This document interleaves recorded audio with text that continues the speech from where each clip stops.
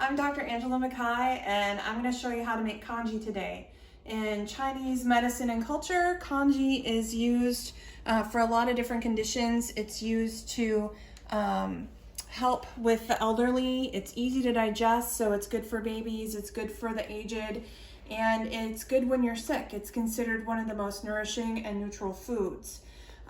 Congee is really simple and it's really forgiving. There are a lot of different ways to do it.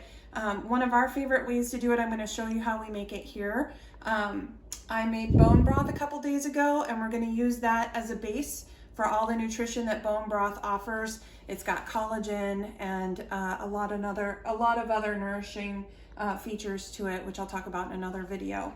But it's 1 cup of rice. You can substitute other grains for this. But you want the bulk of it, at least 90% of the grains, to be white rice because it absorbs the fluid a lot better and makes a nice porridge sort of consistency that if you put in brown rice or quinoa or millet, it just doesn't absorb the same way. So I recommend using white rice, and I think we have basmati here. Which is, of the white rices, some of the lowest in terms of glycemic index. It still has a reasonable amount of fiber. So I'm going to put in 1 cup of rice, and then normally you would put in 10 cups of liquid. I don't always measure congee, so I'm going to put in what bone broth I have. I know there's not 10 cups in here, so I have some water to supplement. You can make it with just water. You can use store-bought broth if you want to, but I'm going to put the bone broth that was refrigerated in here, and I'll have another video on how to make bone broth soon. We like to put in carrots. I usually just use 1 to 2 large carrots or 2 to 3 medium carrots. I went a little crazy with the carrots here. And then I've cubed a bunch of tofu.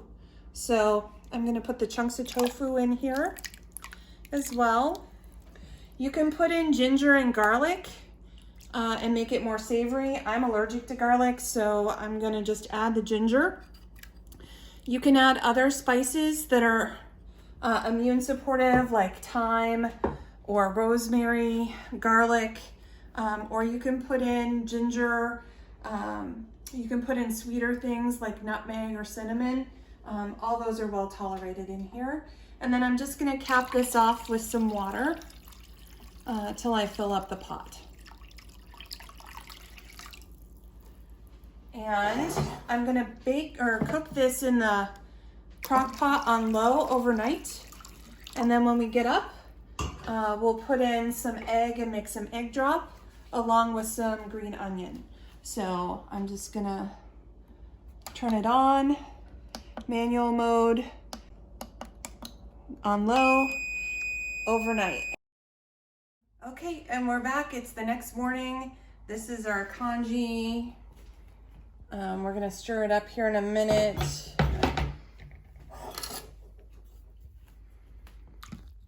And you can see it's got a nice porridge consistency to it. And we're gonna add eggs, like egg drop soup here. So the way that you do that is you crack an egg, run it through the tines of the fork. That didn't work out so well.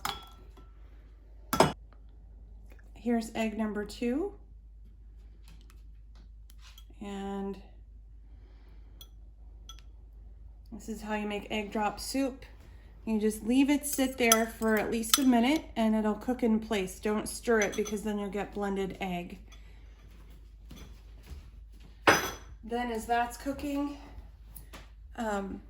we put in some green onions or scallions or spring onion. In Chinese medicine, this is an herb, a medicinal herb called Congee, and it releases the exterior, so any pathogens that come in, you try to expel them before they burrow into the system too much. And so we just like the flavor of it, so we put it in here as well.